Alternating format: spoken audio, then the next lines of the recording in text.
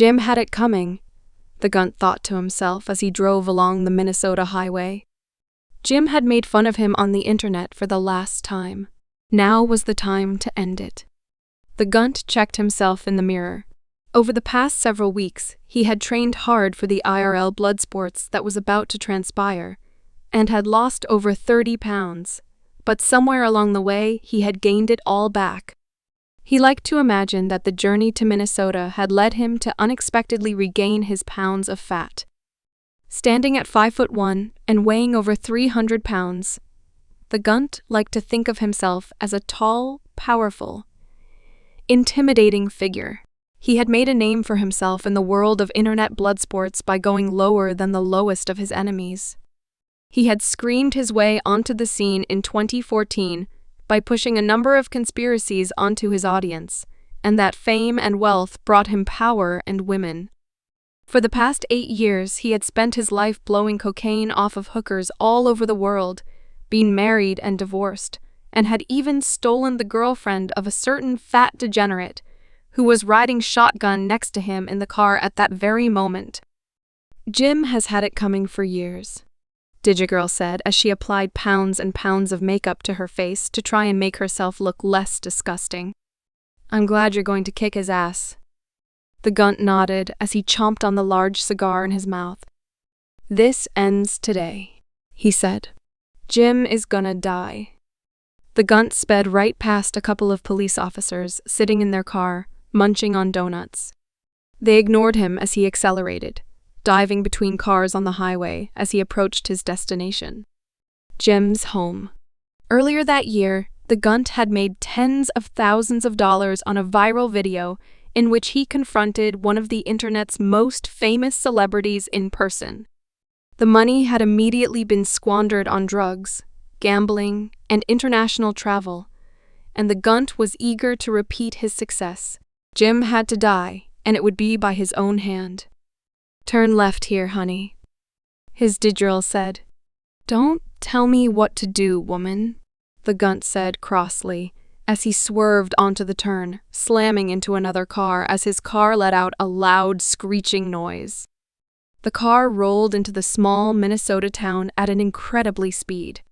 The Gunt yanked on the wheel, and the car slid to a stop right in front of his destination. Jim's driveway.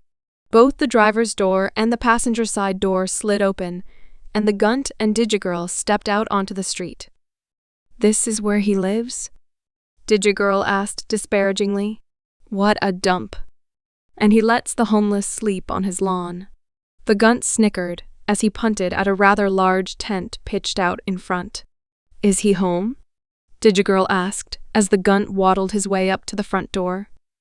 I mean, if he isn't, we burned the place down, the Gunt said as he flicked the used cigar at the tent. And wait for him to show up. A car came up from behind them. They turned, half expecting to see Jim angrily shouting at them, but instead a laughing internet attorney stepped out of the driver's seat. Take good care of my wife, he shouted to the large black man in the driver's seat. The mean tipped his hat, smiled, and then sped off.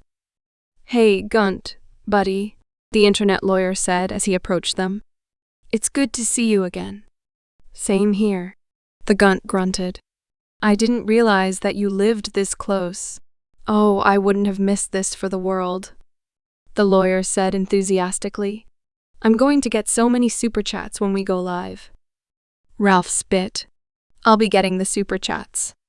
You can't stop me from going live, the lawyer reminded him. The instant the fighting starts, I'll be recording everything. I'll beat your ass and force you to stop.